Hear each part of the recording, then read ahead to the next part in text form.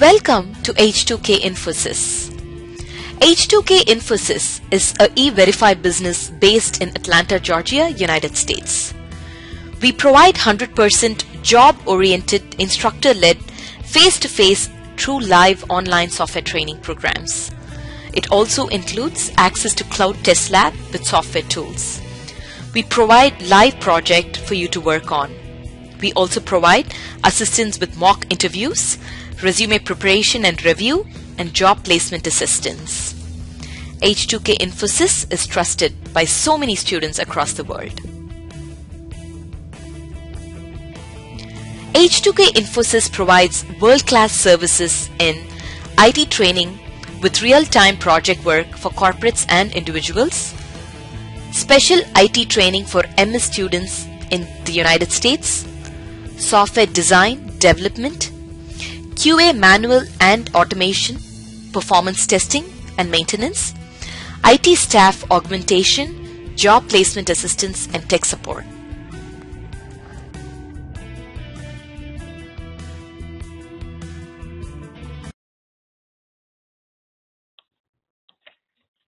JPA, Java Persistence API, Application Programming Interface.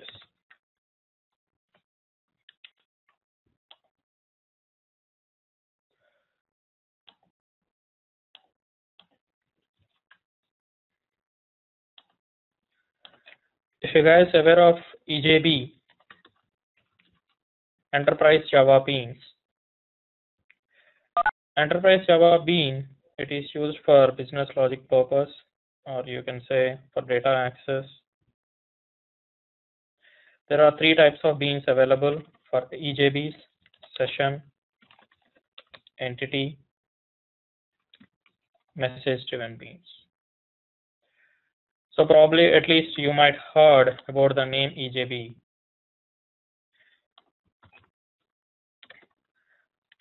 EJB 2.0, there are two versions available. EJB 2.0, this is heavyweight.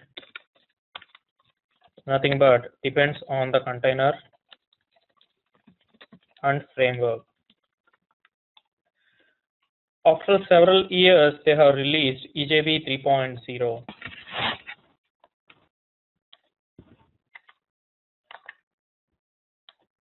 EJB 3.0. EJB 3.0 is lightweight. The reason why we are discussing about EJB right now is entity beans. EJB entity beans in 2.0 is used for database access.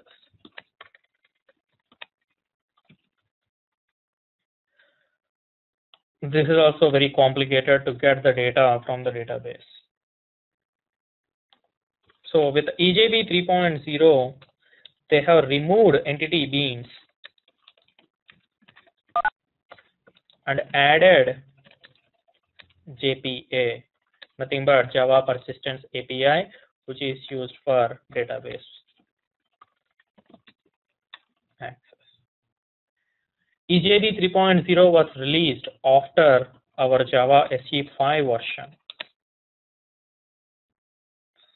That means they took the advantages of Java SE5, mainly annotations. They have developed a persistence framework which is based on annotations. Annotations, nothing but we have discussed about annotations, which will start with @ followed by some kind of class name or interface annotation name. And the annotation consists of certain attributes as well. The annotations are nothing but they'll provide some information to the container.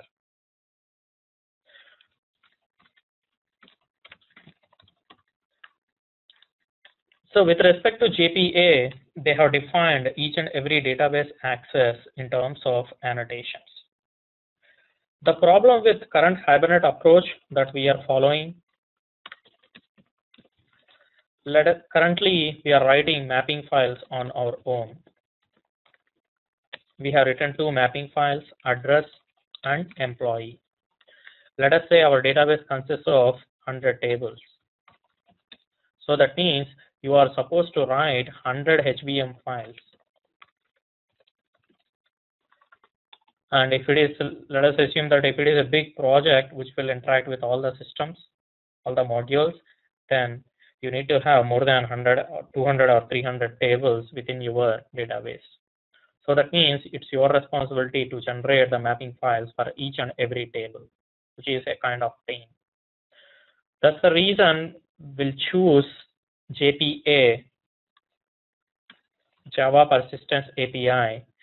Here you can declare annotations within entity class itself.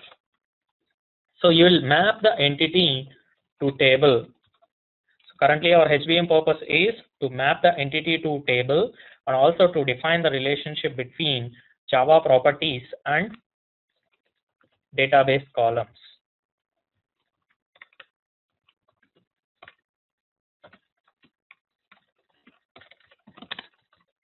So now instead of writing a separate mapping file, what you can do is when you're writing the Java entity class, there itself you can mention that the Java entity is mapped to some table, and also the Java properties are mapped to Java entity class mapped to database table, and also Java properties mapped to database columns.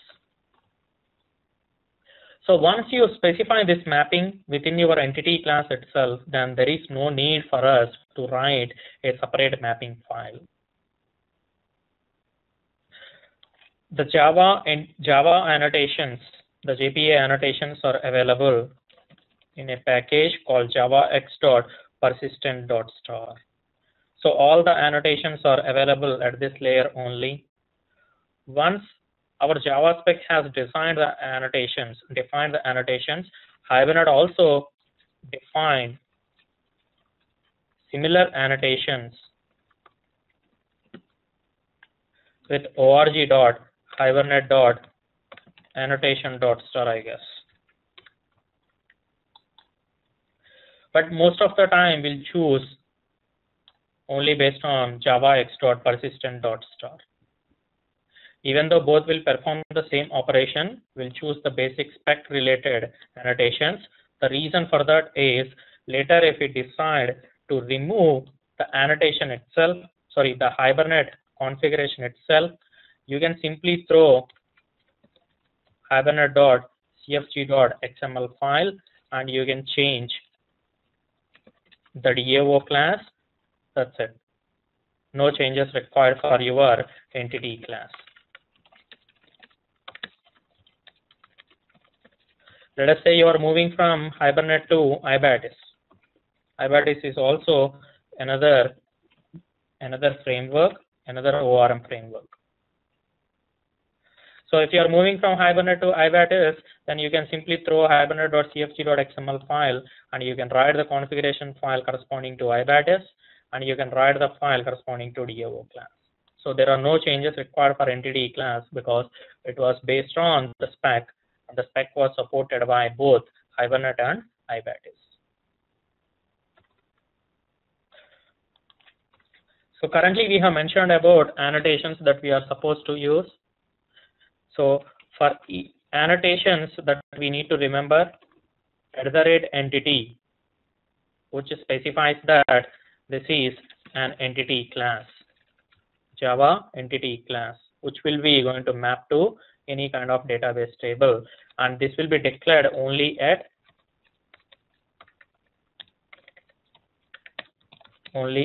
class level.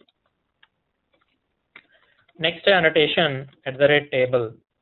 @table, as the name suggests, this will map to database table. @ID, just like how we have used ID property with respect to our mapping file, ID indicates primary key.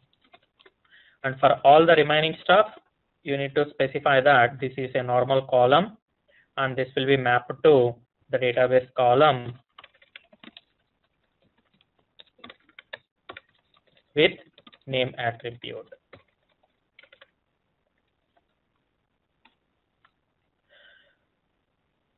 But for the primary key, you need to specify both. One extra, which is nothing but @ID, which indicates that this is a primary key, and you need to map to corresponding column with respect to the database as well. And the next one, the relationship, you can use many to one. When you are using many to one, you need to specify to which class, to which entity this will be going to bind.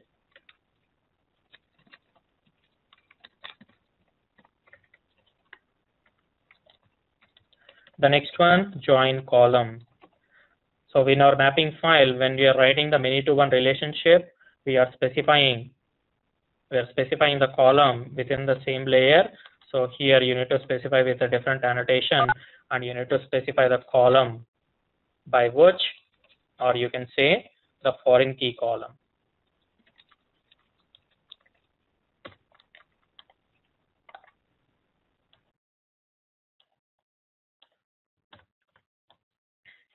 So that means whenever you are writing your entity class, just like your employee class, you need to specify @entity and @table, the table that you are going to map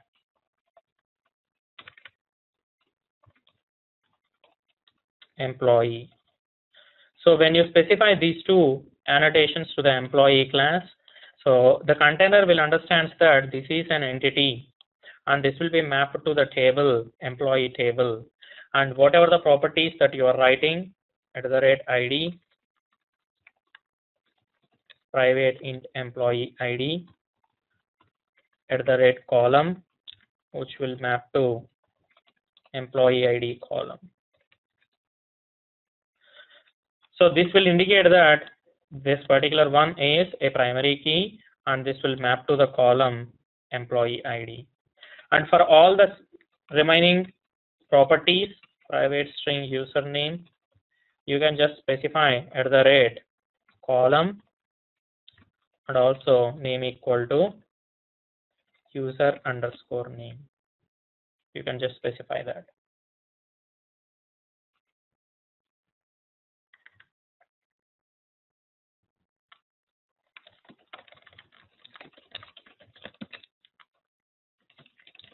Password, private string designation. See, for these things, I'm not specifying any column names associated @column attribute. The reason for that is here I have already specified that this is my entity class. This is my entity class and mapped to this particular table. And Hibernate will verify that if this will generate a column name automatically based on the property name itself, just like the password, it will generate as the column name password. So whenever you have mentioned the class name, whenever you have mentioned the class level entity, Hibernate will verify all the properties and will try to generate the corresponding columns automatically. But these things, normally it won't generate underscores. So that's the reason you are supposed to specify. But if it was exactly matched, then there is no need to specify. Hibernate will be going to generate automatically. Let us say we have a property. Let us say we want to use some other property, private string data collection. We want to declare one variable, string variable, which is not related to any database columns. So that means we just want to use one additional property within our JPA, within our entity class. So for this also, Hibernate will be going to try generating a column name, but there is no corresponding column within our database. So how we'll inform to the Hibernate to not to generate automatically a column name? This will be specified by using an @ symbol, and the annotation name is transient. Here transient means Hibernate. We are informing to the Hibernate that don't generate the corresponding column name. This is just only used for my purpose.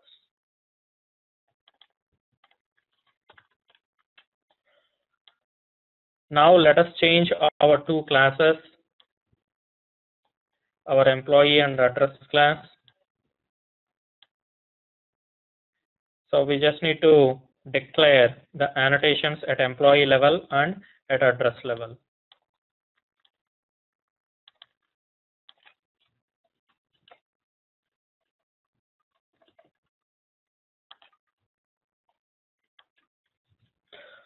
Whatever the annotations that I have mentioned,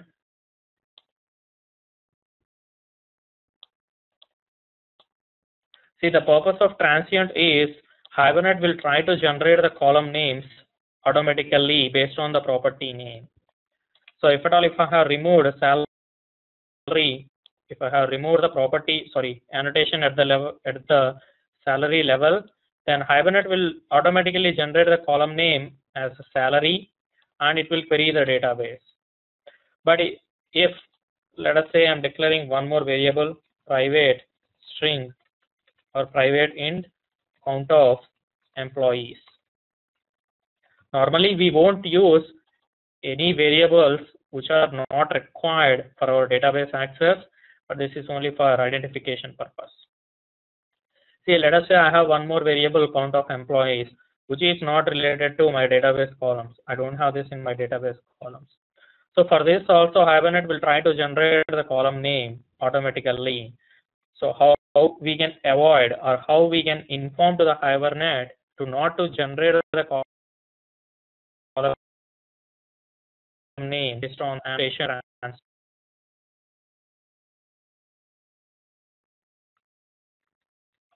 so if I declared a particular, we'll fix this one. Is it clear now?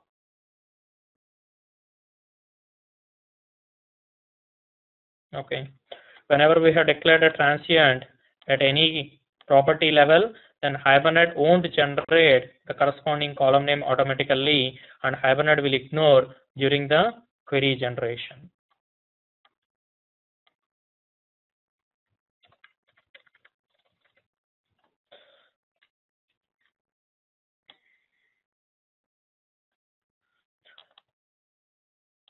So whatever that I have written in the document, the same, it was available now within our employee class.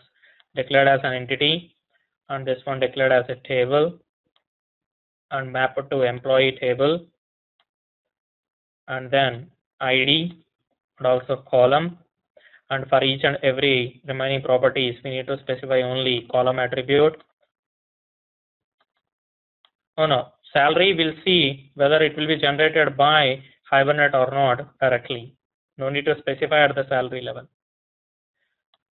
In the same way, for all the things, we'll come back to this one later.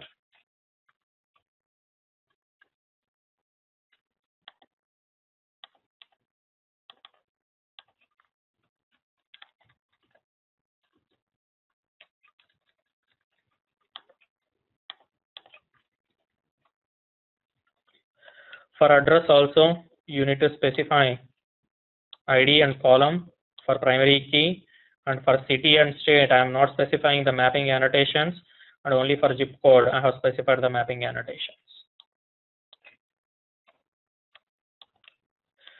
Now, with respect to address, we are supposed to specify the many-to-one relationship. The reason why we are using many-to-one relationship is, see, currently in our employee table, address itself is a foreign key reference. If you want to specify one-to-one relationship, you are not supposed to use this case. What you are supposed to do is, you need to take the primary key of employee table and you need to map that one to another table. So currently, several foreign keys for the same address, it will be available in our employee table. So our employees can refer to the same address. Here we need to use many to one relationship. The annotation for that is many to one, and you need to specify the mapping class. Currently our mapping class is address class. And you need to specify the join column, which is nothing but address ID, just like how we have specified in our employee.hbm.xml file. You need to specify the referenced class, and also you need to specify the column name. If you want to specify some other properties, you can just click a control space. It will show you all the remaining, like cascading type, fetch, and the remaining stuff. Join could name it to be same for both the tables.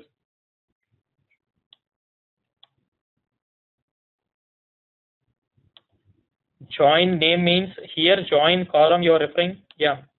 No. This one we are referring the column from our employee table. ADS ID, this is the column from our employee table.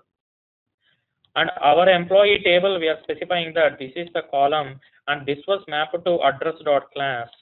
So then Hibernate will retrieve the ADS ID from this, and it will use the primary key of address table.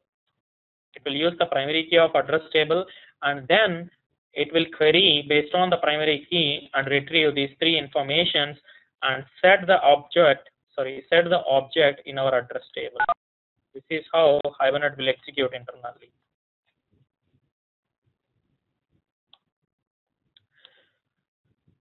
So now we have created these two entity classes corresponding to our annotations.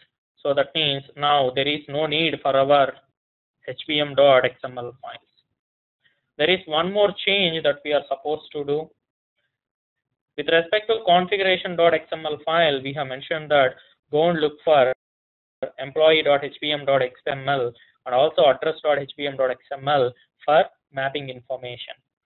Currently, our mapping was not available with respect to hbm.xml.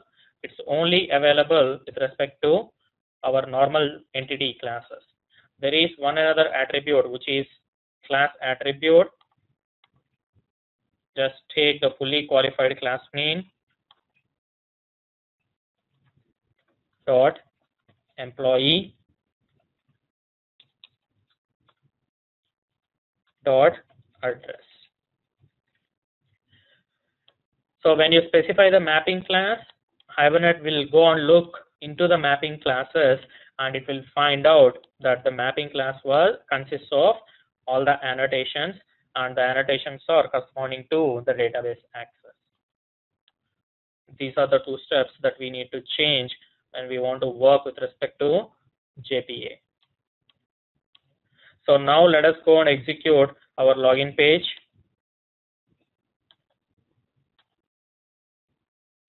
If you want, you can delete the mapping files as well.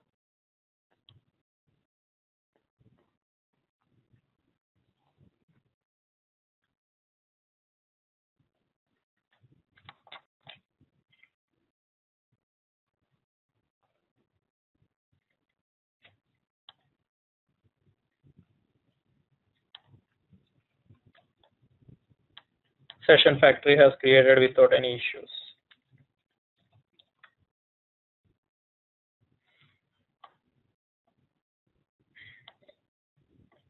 You can see that Hibernate has created the query based on annotation mapping, and it has executed now the join query.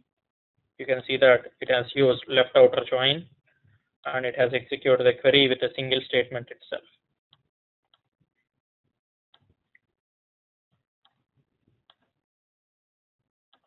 Let us see some other page. Rish? Yeah. If for some reason, if the foreign key is deleted in the child table, does it not, how do we change the join? Is it always out to join? You can change the join details at the fetch level. There is a fetch mode available. There is a fetch mode available here.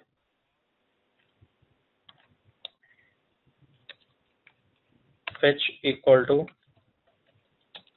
fetch type dot, you can see that eager fetch and lazy fetch. Eager fetch means it will go and execute the join command and it will retrieve the data immediately with the same effect when you are asking for the employee information itself. But when you say lazy fetch will fetch the data in two separate queries. That was not a question, Chris. What I'm saying is assume that in the EMP you said department 10, but for some reason department 10 was deleted. Okay. So that time my employee will not come if I have a equi join, right? So I always have to have an outer join with Then you are not supposed to go like this. Anyway, you have other options like create query, create SQL query, and also create criteria. So you should go for that. But these are the basics that will be provided, and it should follow the standard. Like it will always use join only, the left outer join or normal join. But you can change the joins whatever Hibernate is executing. If you want, you can write a separate query on your own. So if the address ID is null, still will this be queried? Sorry? If the address ID is null, I don't think it will query because it knows that there is no corresponding row available and the column is nullable. Okay.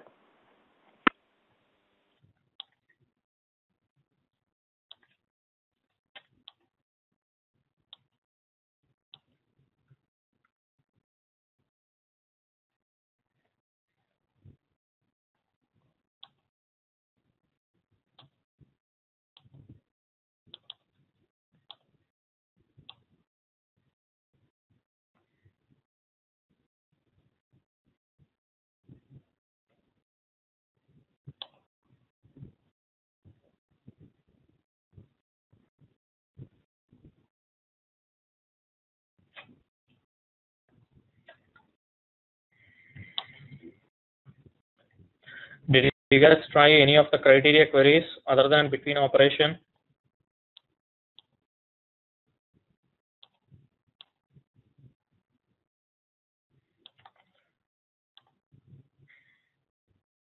You guys will be able to understand Hibernate queries only once after executing the methods with the different executions.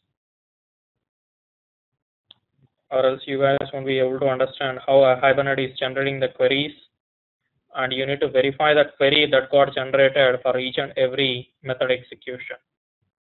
Because you are not going to write the query, and Hibernate will be going to write the one, and you need to understand whether it is a correct way of executing the method or not. Or sometimes you ask for a query, and Hibernate will take some time and retrieves the information if you are not following the standards like lazy fetching or eager fetching kind of stuff. There are several other options which we can use and optimize the query to hit the database. You guys are supposed to take a look at them, and you'll definitely get them only once after you have executed some of the methods that are available within our session class.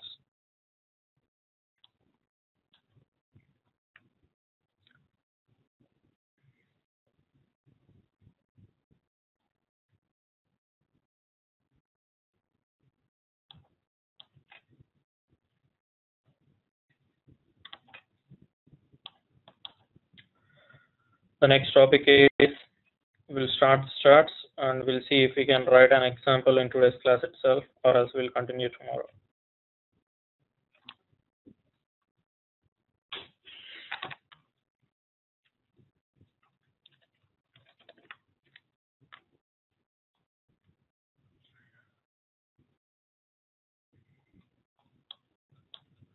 Open our login example.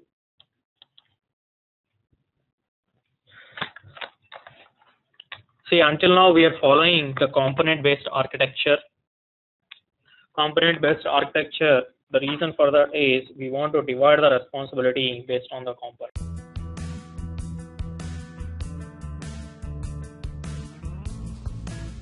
So many of our students have given testimonials on how our training programs are. You will find them on kudzu.com and on our website h2kinfosys.com.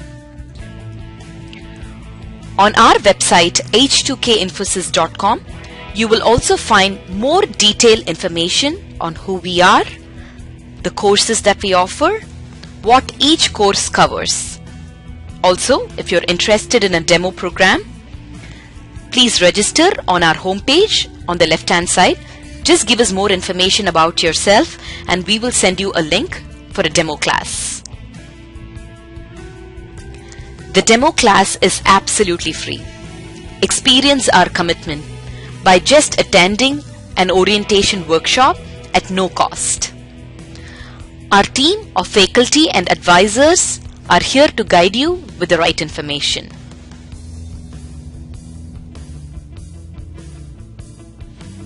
If you still have more questions, please feel free to call us.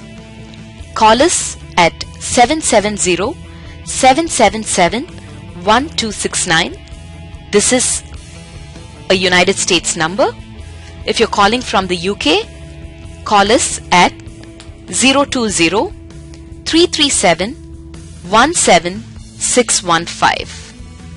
You can also email us at training@h2kinfosys.com or h2kinfosys@gmail.com.